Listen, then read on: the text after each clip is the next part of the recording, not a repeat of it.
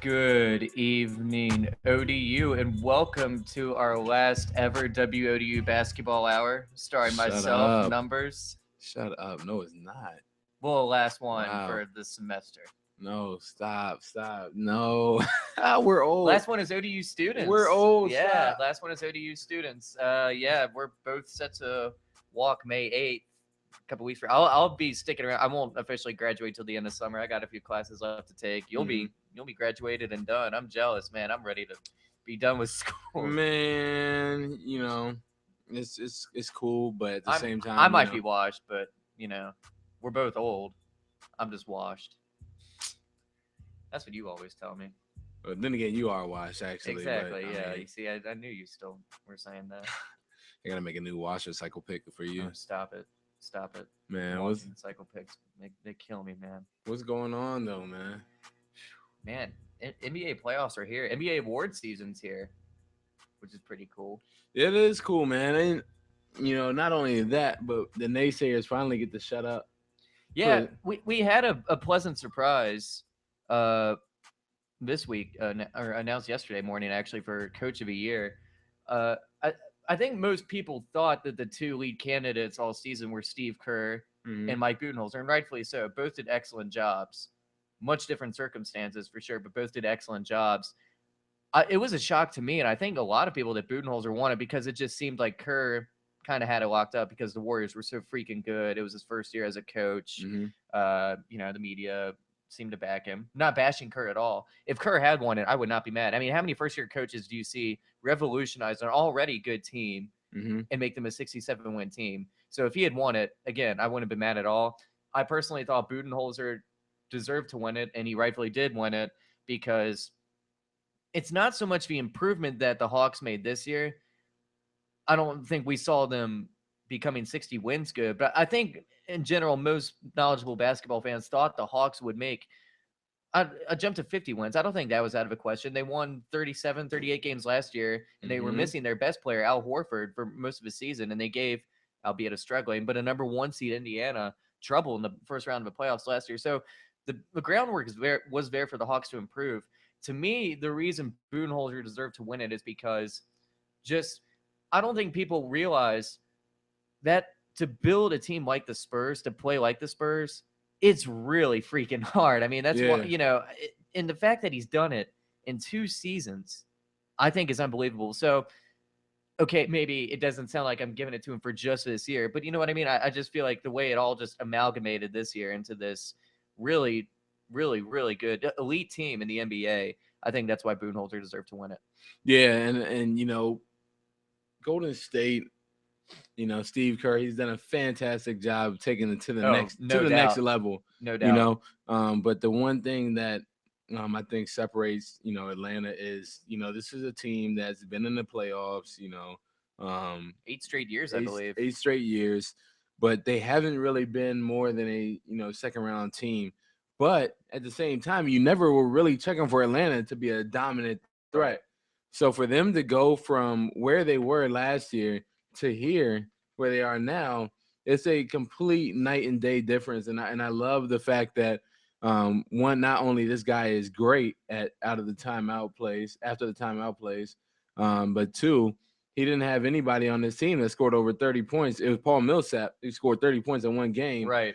but you didn't have to have someone go out there score 30 points. And when you got guys like DeMarre Carroll, Kyle Korver, Paul Millsap, guys that just do the dirty work and get the job done, And and it let makes a great team. and let's be clear, just because the Hawks don't necessarily play the sexiest basketball and because we're giving Budenholzer so much credit, let's not make it sound like these Hawks players are just marginal NBA players that he's making seem good. These are all really good quality NBA players, Hmm. but he happened to, him and Danny Ferry, who does deserve credit as a GM, despite, whatever, he may or may not have done off the court. I don't know what's Hmm. going on with that. I don't think anybody does now. Yeah, I just stay away from that mess. Yeah. What they did together, building this team. I mean, these are good players that he Hmm. had to buy. Like Jeff Teague deserved to be an all-star. Kyle Korver deserved to be an all-star. One of the greatest shooters of all time. I mean, this dude is automatic from three-point line. Hmm. Paul Millsap, an all-star, excellent rebounder, one of the best power forwards in the league. Al Horford, for my money, the best center in the East, one of the top 5 centers in the NBA. multiple All-Star. And then a Yes. guy like Damari Carroll, maybe not an All-Star, but I saw someone on Twitter described him as the best fifth starter in the league, and I think that's perfect. That's a guy who can make any team better. I think if as long as he's a fourth or fifth starter on whatever team he's on. So it's a really good group of guys that were perfect for a really great coach like Budenholzer. Now the other award that's been announced so far, I wasn't a big fan of this. I kind of had a bad feeling it would happen, but Blame your it's what guy. happened. Blame your guy, Drizzy. Yeah, Drizzy did it. he did. Even more reason to hate it for me. Lou Williams of the Toronto Raptors won Sixth Man of the Year. A lot of people seem to think it was going to happen. I don't know why. I don't think a lot of people knew why. It just seemed to have the media backing. Isaiah Thomas, yes, I know I sound like a homer, but to be fair, and you can vouch for this, when he was a Sun at the beginning of last season, I picked him to win Sixth Man of the Year with the Suns, and he was actually doing well for the Suns. It's just the whole, Dragic, Thomas being together thing wasn't. Yeah, and we all knew that those three guards together wasn't going to work. They thought it was a galaxy of guards. That's what they called it, Yeah. but it turned out to be the He complete played opposite. well in Phoenix. I mean, if he had just stuck it out, if he had just been with Phoenix for the rest of his season and kept up the same level of production, he'd still be a Sixth Man of the Year candidate. But I think what he did in Boston, coming off the bench, being the catalyst for the Celtics playoff run, I think that's what really made him the true Sixth Man of the Year winner, in my opinion. I mean, Williams played more minutes.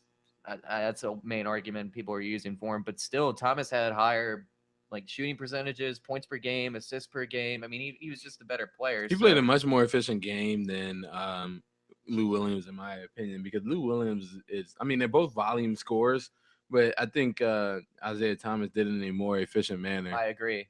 DeMarcus Cousins must have had all the votes for Sixth Man of the Year. Maybe that's why Isaiah Thomas lost. Stop it. Boogie doesn't like Isaiah. I know, but to talk about what Isaiah Thomas has meant to the Celtics. At first you didn't like it. No, I didn't, because I thought we would make him a starter. Mm-hmm. Maybe I was probably dumb for thinking that. I don't know what I'm talking about. But no, I that pickup was one of the best pickups, because not only has he been a scorer off the bench, something that you guys didn't really have before. I think we really had to score on the starting lineup, really. Anyway, yeah, to be honest. But not only that, but this guy, I mean, he's been in the league for a few years now. And he's bringing you some type of leadership. And not only that, but Isaiah Thomas, to me, is one of the more feisty players in the league. Yeah. So my dad never watches basketball anymore, but he's an old school Celtics fan, and he texted me a couple weeks ago. It was the Celtics Pistons game that was on ESPN, and he hadn't seen little Isaiah Thomas play. Well, the funniest part was because my dad's so out of the loop. He was like, "Is that Isaiah Thomas's son?" I'm like, "No, Dad, it's not Zeke's son." Mm-hmm. So after I stopped laughing at that, he was like, "This guy's awesome. I love watching this guy. This is the kind of guy the Celtics need," and he is. And you mentioned how he's been in the league for only a few short years. It feels like he's been in the league forever, because he's already moved around a couple times. He wasn't wanted in Sacramento because of Boogie, and because Sacramento's owner is brain dead. He wasn't wanted in Phoenix after they signed him. Boston, has such a, I hate to sound biased, Boston has such a welcoming and appreciative fan base. Like if you come to that city and you play hard, those fans will love you forever. And I think, the appreciation is kind of reciprocated between him and the fans. I think this feels like a home for him. You never know if Danny Ainge will use him as a trade piece in the future, because his contract is highly tradable. But for now, I feel like Isaiah Thomas feeling like he's at home is a big reason why he's been playing so well and been such an important part of an unexpected playoff push from the Boston Celtics. Now, on to today's big news. Obviously, Scott Brooks fired after 7 seasons as Oklahoma City's head coach. I was shocked, but I wasn't shocked. It just felt like such a weird year to fire him. It would have always been tough to fire him after a Western Conference Finals when one of your players was hurt, or after an NBA Finals, with a young team. There was always kind of a shared belief among a lot of people that Brooks may have held this team back, and I'm not a big fan of Brooks. I've made that clear. I know you're not a huge fan of Brooks either, but I feel like this was a bad time to fire him. I mean, it's not his fault that the Thunder missed the playoffs, barely missed the playoffs, despite just a horrible, run of injuries. KD only played like 24, 25 games. Westbrook missed a bunch of time. Ibaka's been hurt. I mean, that whole team's just been banged up. I feel like Brooks has kind of been made the scapegoat for it. I get that OKC's front office may think, we don't think we can win big picture with this guy, but maybe you should have just given him a 1-year deal and let him play out a possible last season with KD. And then if KD left or KD didn't want him, then you get rid of him. What do you think about the Brooks firing? Oh well, I was just waiting for you to finish, so I agree with Sorry, I just, no. I agree with a lot of your points. My thing with Brooks is that, in the whole firing is that, to me, I thought you had to change it up if you're Oklahoma City, not because of the fact that he wasn't getting results. Because I mean, if you're talking about results, I'm keeping him, but for me, I felt like the situation had just gotten to the point where you were going to keep being lateral. You weren't about to get anywhere further with Scott Brooks. It was either going to be Western Conference Finals or. And that's where the risk of his firing comes in, because next year, I mean, the OKC's in win now mode. They kind of have been the last couple of years, but next season, they will most definitely be in win now mode. But I think that's why it's risky. I personally, I tweeted this earlier. I personally don't think Scott Brooks is a guy you can win a championship with as a coach. Maybe I'm wrong. Knowing me, I probably am. But I feel like, if he has come along as a coach. I mean, let's not act like he is Vinny Del Negro. Like I said, Vinny Del Negro was Scott Brooks light, and I was, half joking when I said that. Mm-hmm. Maybe Brooks is a guy you can win a title with. I mean, because he has so much, chemistry with this team. He has developed these players. I think he deserves a lot of credit as a developmental coach, if, nothing else. So I just feel like, are you going to get a guy that's better? My thing, I think there's going to be some good names out there. We'll talk about those names coming up soon. Yeah. But, I think there's some good names out there that can, not only, match what Scott Brooks did this year. Granted, he had the injuries, but at least put them in a position to compete for the Western Conference Finals next year. They can't be competing for the Western Conference Finals. They need to be competing for an NBA championship. Well, I mean, they do, but I'm not about to sit here and say, you know what, this is a team that, it can. If healthy and the right coach is there, yeah, I think this team can definitely contend for an NBA championship. I still think they need another guard after Dion Waiters. Yeah, if not getting rid of him, but they won't. Well, that's where you want a healthy KD and a healthy Russ. I mean, if you have just those two guys, there's a lot of talent on that roster. Yeah. I mean, it's just. And Brooks did a pretty solid job of, developing guys like Steven Adams and Mitch McGary, who McGary you thought was just going to fall, down to the bottom. Right. I did too. I was like, all right. I thought he'd be a good NBA player. I didn't think this was the season for him, because no one anticipated all these injuries happening. No one thought he would need to make an impact this year. Yeah, maybe 2 minutes at the most per game, but he's been pretty solid this year, or was.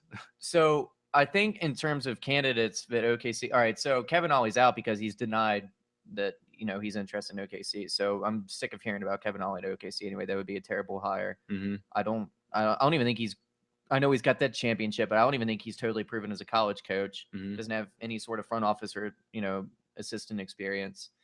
I think that'd just be a move to a piece KD, which I think is weak by the front office to do something like that.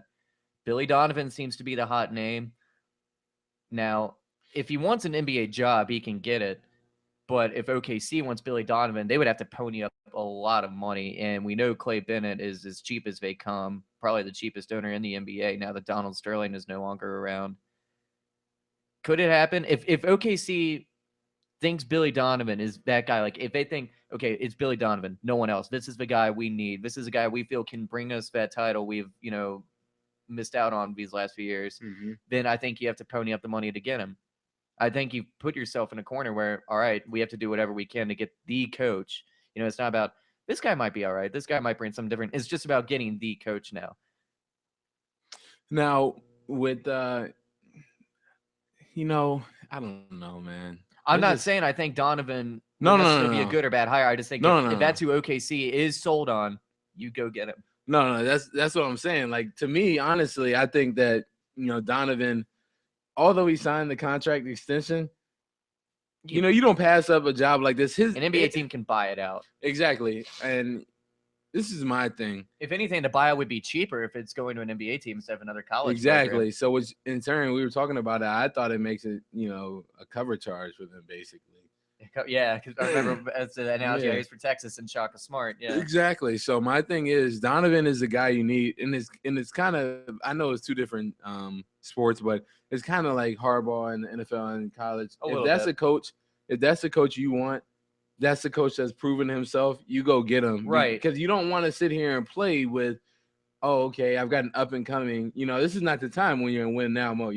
I'm not gonna lie. I've always been curious to see how Billy Donovan would do in the NBA. He's a guy I've always thought I would like to see him in the NBA. I think he would do well. And honestly, It's just this is such a crazy situation. honestly, I just to look at Florida's landscape, they've got a couple of pieces there, but Florida's not what it used to be. Well, he can always build him back up. I mean, I he just don't know can. if he wants to take that another 2-3 year That's window. what I'm saying. So, It's gonna take them, a while. I mean, they wouldn't hate him if he left. He's done all he can there. He's one of the greatest college coaches in recent history. They'll still have John Horford. Yeah, there you go. Yeah, gotta keep in the family, which is nowhere. Never mind. Yeah. We'll He's keep not it low. out. We'll keep it low. Yeah. So Donovan clearly seems to be a hot name. We'll see. Fred Hoiberg's a name that's going to get thrown around. I don't think he goes to OKC. Maybe he does. I don't see that happening. I think the other big name, and everyone else seems to be throwing it around, is Tom Thibodeau. That's assuming that the relationship he has with Chicago's front office sours to the point where, there's just no one going back. There's a mutual part, like a Harbaugh type thing in San Francisco where, all right, this relationship has run its course. Let's just go our own ways. Best of luck. I think that could happen in Chicago. And if it does, I mean, there's going to be, every team with a coaching vacancy or potential coaching vacancy will, be knocking down the door to get a guy like Thibodeau. So if he becomes available, again, OKC needs to, throw whatever money they can to get him to coach that team. And I know we've always had our, complaints about Thibodeau and his minutes. No, I think Tibbs is a good coach. Great coach. A great coach. Sorry, I was being modest. Yeah. No, he's a great coach. And, honestly, he was a part of the reason why Doc was so successful back in the day. Now, my thing with Tibbs is you got guys, 3 or 4 guys. You got Cantor, Ibaka, and Durant all coming off of injury next year. Right. Although I would love to see him in OKC or Orlando. Those are the 2 teams that I want to see him go if he goes anywhere. I prefer to see him in OKC, and we'll discuss the Orlando situation in a minute because I'm starting to get a little more interest in that. Yeah, for me in OKC, I think the key is for him to get guys like Jeremy Lamb that are at the bottom of the rotation and get them involved because he's obviously made guys like Tony Snell useful. Only out of necessity, though. Only like when other guys have been hurt. That's another complaint I have with Tibbs. He doesn't give enough minutes to younger guys and bench players. No, he runs his guys into the ground. Right. So which is why I want him to use. He relies on veterans, which is fine. A lot of coaches do, but the way he over relies on veterans, like when you have young guys, like that, you got to give them minutes. I barely ever see else than just for development. I rarely see Taj Gibson in the game. Yeah, well, he's been hurt too, and plus we're so deep up front, they don't have to rely on him like that anymore. Yeah. I mean, I'd like Tibbs in OKC. Now, enough about OKC because I think there's gonna be a lot more to come out about in coming weeks. The other 2 head coaching vacancies right now are Orlando and Denver. Now, with Denver, I'd like to see Melvin Hunt keep the job in Denver. Those players seem to like him. Yeah. And they play their best basketball of the season. Maybe it's just a whole fired up thing. Maybe it couldn't carry over for a full season. I think they should give him the job. Let him. You talked a lot about him. I need to read more into him. I'm not really into. I need to read a little more into him too. It's just Denver's been playing, much better basketball since he took over, and the players seem to really enjoy playing for him. It's not like a drag watching the Nuggets play. Well, not a total drag watching them play under Melvin Hunt. So I think he deserves a shot. Yeah, and to me, I think for the Nuggets, they played better once Brian Shaw was gone. Granted, that was mostly Brian Shaw, but even then, Melvin Hunt made them competitive in games. I say scrap the roster, just go total rebuild, and they got to get rid. Try it out with Melvin Hunt. They can get a lot for Ty Lawson. Yeah, I think get rid of Fareed if you can. I don't know if you can because he stunk this year, and that contract got them locked in. So I say, try it out with Melvin Hunt for a season in Denver, see what happens. Now Orlando, uh, James Borrego has been the interim head coach of the Magic since the firing of Jacques Vaughn. I don't know if they'll keep him, and I'm not gonna lie, I don't really know enough about him to think the Magic should keep him. I mean, the Magic have pretty much just stunk all Hmm. year, so I think they might as well just let him go. I think they probably plan on it. Now, a lot of people have been saying, okay, Orlando would be the perfect team for Scott Brooks because of his ability to develop young, talented players, which he did really well in OKC. I Hmm. think he deserves a lot of credit for that.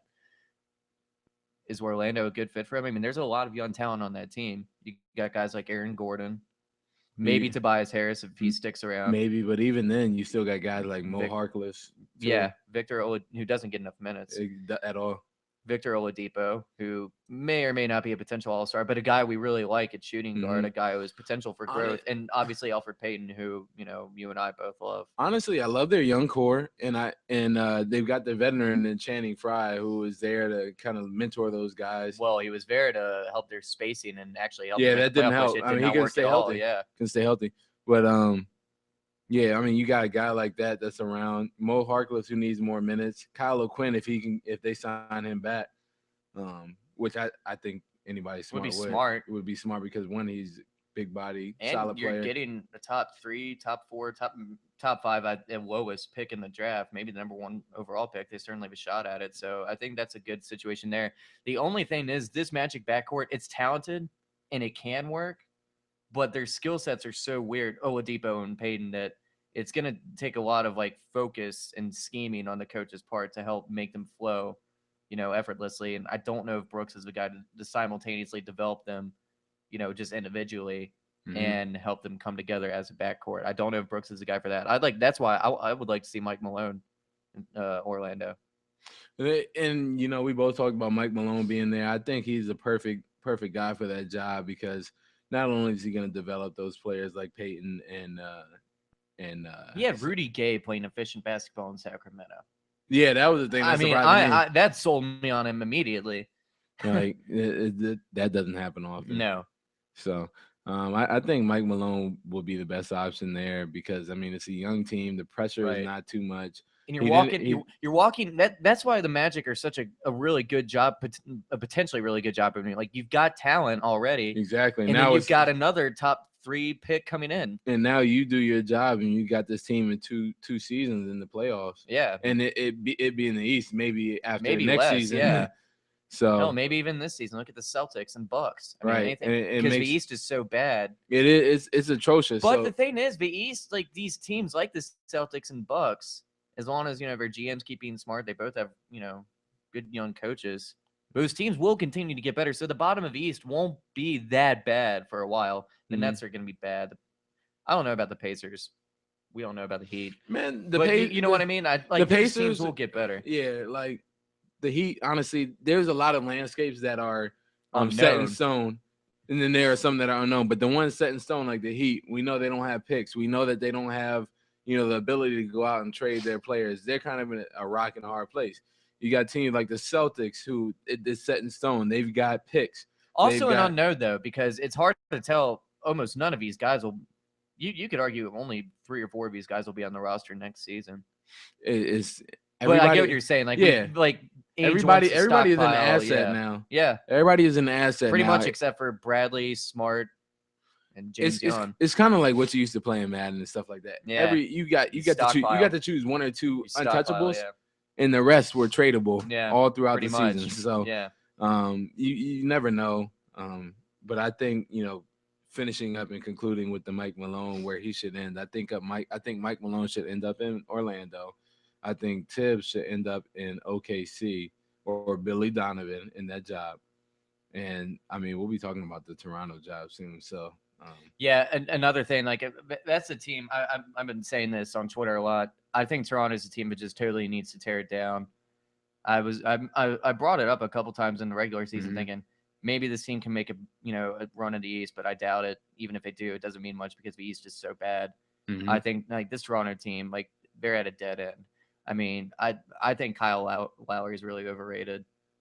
I mean, DeMar DeRozan's good, pretty like he's an all-star, I guess, but I don't think he's a franchise player. Jonas Valanciunas is really talented, but he's an okay, he's better than regarded as a rim protector when look at some of the math on it. He's not a good defender. He's not used enough on offense. I mean, there's guys like James Johnson who don't get enough playing time either. I mean, his roster's just not that good. Dwayne Casey's not that good of a coach. I think, and none of these guys are Masai Ujiri's players. And he's re-signed some of these guys, but it's not like they're really He untradeable signed all of contracts. them. Yeah, he did. So I think maybe you keep Valanciunas, maybe DeRozan too. But You can I think you get rid of all the other guys. Honestly, you can come up, trading packages like well, it depends on the contracts. I'm not too sure on the contracts, yeah, but I would need to check that um, too. But with the ever growing salary cap, some of these contracts aren't going to look it's bad at not all. gonna matter. Gravis Vasquez, that's a very tradable piece. Still a young guy, still can go out there and do it A all. lot of teams Rebound, could use a score. backup for general. Exactly. You got guys like James Johnson who are very tradable. He's People want to see playable. They don't play him enough. people want to see him a lot more. Yeah. And if you looked at the stats, James Johnson was one of the best top 4 players in field goal percentage off drives this season. So Right. I'm not understanding why he's not getting more playing time against them. And by the way, speaking about that series, Bradley Beal needs to stop shooting long field goals. But on to the next Played a hell of a subject. lot better in game 2, that's for sure. Yeah, that's cool and all. No, But yeah, yeah. I'm not a big fan Oh of yeah, I Beal know. either. But so yeah, Toronto will random, you know, spiel, but I think that's a team that needs to tear down and rebuild. Speaking of tear down and rebuild, which Dallas at some point will have to do. I don't know how they'll do it because they have like no draft picks, and I think pretty much ignore the draft every year. Uh, Rajon Rondo, yeah, uh, played 10 minutes last night. It was absolutely horrible in those 10 minutes. Yeah, there you go. Rick Carlisle, when asked today, if he expects Rajon Rondo to ever wear Mavs uniform again, Carlisle said the ever so obvious, no, I don't. So that situation is pretty cancerous to say the least. He was described as having a back injury and will be out indefinitely. So that basically means go take your vacation and we'll never see you again. My thing with Rondo, and I'll always have a soft spot for Rondo, obviously, because he was, really good for my beloved Celtics for all those years, part of a title, a lot of playoff teams, had some, historic playoff performances. And I just loved watching the guy play. And I hope that his career isn't done, but I fear that his attitude and the way the game has changed, the way his game has changed, more or less because of injuries. I just don't. I mean, he's never going to regain the form he had before his ACL, but you got to wonder if he can regain any sort of positive form. I mean, that he's just cratered at the free throw line, which he already struggled at. Mm-hmm. His shooting is even worse than usual. His defense isn't what it used to be. Yeah, he's a great passer, but you can only occupy so much space with that passing. This is my thing with Ray John now. Uh, he just doesn't want to listen, man. And Carlisle, you said it, best. I don't think he's been real receptive to Rondo at all either, which has played a big part. If you can't get on the same chord as a coach and a point guard, I think Rondo, I don't think he's necessarily totally uncoachable. I just think because he's like, is what I told you in B. Davis. He is the smartest guy in the room and he knows it. And mm-hmm. that's probably one of his biggest attitude / character flaws. I don't, like Doc Rivers and Rajon Rondo. I think the reason people view their relationship as difficult is because they're both fiery guys, albeit in different ways, but both fiery guys. Doc, is not shy about communicating with people, as we know. Neither is Rajon Rondo. So I think they had like a respect for each other. Rondo just wasn't afraid to communicate how he felt about how things had to go. And I think sometimes him and Doc, their ideas clash, but I don't think their personalities necessarily totally clashed. Like, there's a lasting image of Rondo after he tore his ACL, him crying on Doc's shoulder. But I mean, they cared about each other. It was just a really intense relationship. Carlisle is a very need everything under my thumb kind of guy, like he's a a micromanager. micromanager, Yeah. exactly. And Rondo just is not having that. Now it shouldn't have to be all about well, this coach has to be good for Rondo. Like he needs to shape up his attitude, but at this point, like he needs to find the right situation for him. He needs to find like a coach that can respect his intelligence, so to speak, but a guy that will also kind of be like, hey, look, it needs to be this way. So back to Carlisle, he was a great coach, by the way. I'm not trying to, indict Rick Carlisle at all. I still have the utmost respect for him, one of the best coaches in the league and of all time. From the very beginning, it was pretty clear that